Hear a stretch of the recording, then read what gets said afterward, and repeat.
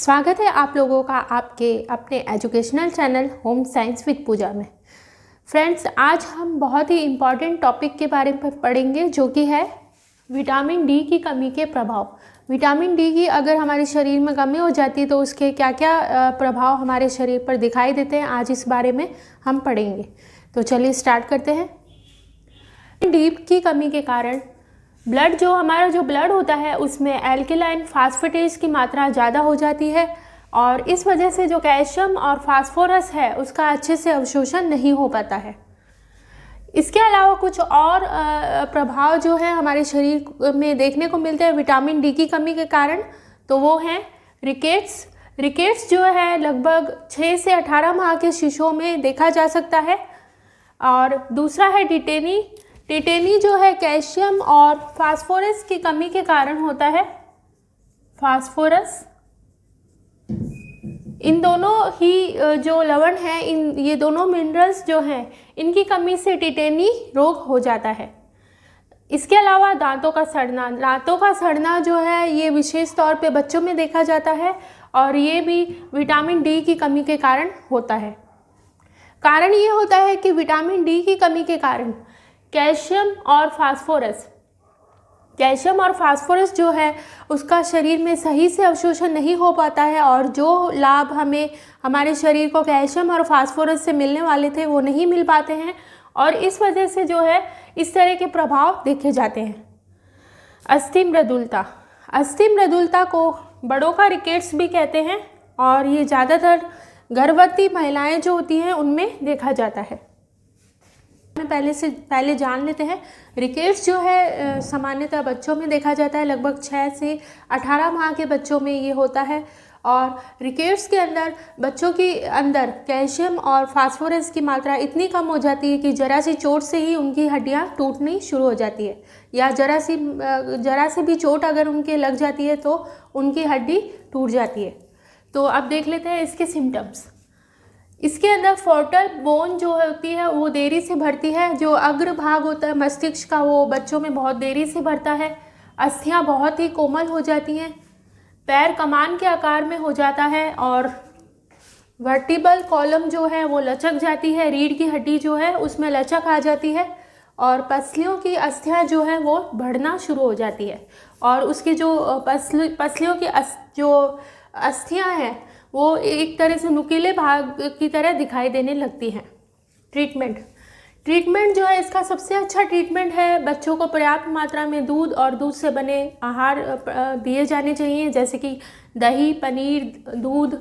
और इसके अलावा का जो विटामिन डी का अच्छा स्रोत है वो है कार्ड लीवर ऑयल भी बच्चों को पर्याप्त मात्रा में दिया जाना चाहिए। और विटामिन डी का सबसे अच्छा स्रोत धूप है, तो बच्चों को सरसों के तेल से मालिश करके धूप में लिटाना चाहिए लगभग कुछ समय के लिए। हमें ये कार्य जो है सर्दियों में ज़्यादातर किया जाना चाहिए क्योंकि गर्मियों की धूप जो होती है वो सहन करने लायक नहीं होती है। तो सर्दियों में ये कार्य किया जा सकता है, बच्चों की इस सरसों से अच्छे से मालिश करके और उन्हें धूप में लिटाना चाहिए। और नेक्स्ट है 400,000 IU जो विटामिन डी है वो इंट्रामस्कुलर में दी जानी चाहिए, मतलब अंतःशिराओं के द्वारा दी जानी चाहिए। तो 10,000 जो IU विटामिन डी की मात्रा जो होती है वो मुँह से 10 दिन तक दी जानी चाहिए और 2,000 IU विटामिन डी हमेशा दिया जाना चाहिए। तो इस तरह से हम रिकेट्स का इलाज कर सकते हैं। टिटेनी जो है कैल्शियम और फास्फोरस के मेटाबॉलिज्म जो है उसमें असमानताएं उत्पन्न हो जाती है, इस वजह से होता है। और ये कैल्शियम और फास्फोरस के मेटाबॉलिज्म में असमानताएं जो हैं वो विटामिन डी की कमी के कारण होती है, क्योंकि विटामिन डी ही हमारे शरीर के अंदर कैल्शियम और फास्फोरस का एब्जॉर्प्शन करने के लिए उत्तरदायी होता है। इसके अंदर हाथ और पैरों की जो हाथ पैर और जोड़ों में बहुत तेज़ दर्द होता है, पीड़ादायक ऐंठन होती है और कई बार बेहोशी की स्थिति भी उत्पन्न हो जाती है। इसके ट्रीटमेंट है दूध, फल, सब्जियों का रस दिया जाना चाहिए और इसके अलावा कार्ड लीवर ऑयल भी प्रतिदिन दिया जाना चाहिए। मृदुलता जो है उसके सिम्टम्स और ट्रीटमेंट। अस्थि मृदुलता जो है उसे बड़ों का रिकेट्स भी कहा जाता है और ये ज़्यादातर गर्भवती महिलाओं और जो कुपोषण के शिकार होते हैं बच्चे, उनमें देखा जाता है। तो इसके सिम्टम्स हैं रक्त सीरम के अंदर एल्केलाइन फास्फेटेज की वृद्धि। जो रक्त सीरम होता है उसमें एल्केलाइन फास्फेटेज की वृद्धि हो जाती है और ये विटामिन डी की कमी के कारण होता है। इसके अलावा अस्थियां अधिक दुर्बल हो जाती हैं।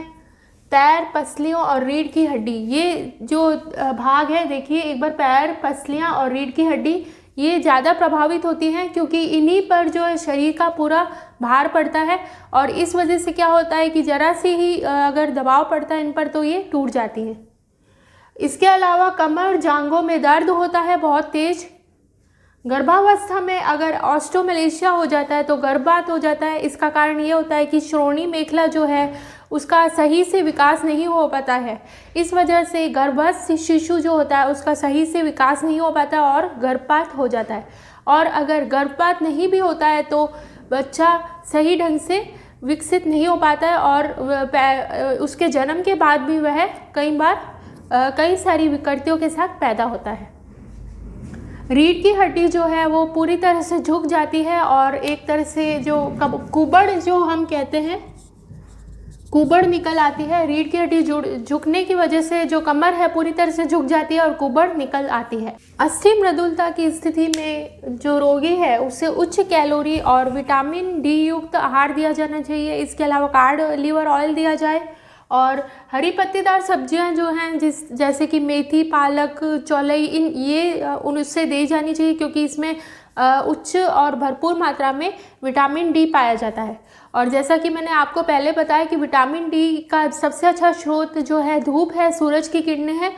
तो मरीज को अगर वह कंफर्टेबल लग रहा है तो उसे थोड़ी देर के लिए धूप यानी सूर्य के प्रकाश में बिठाना चाहिए। सड़न के लिए भी जो बच्चे हैं उन्हें उच्च कैल्शियम और फास्फोरस युक्त आहार दिया जाना चाहिए क्योंकि जो हमारे दांत हैं उनका निर्माण कैल्शियम और फास्फोरस के द्वारा होता है।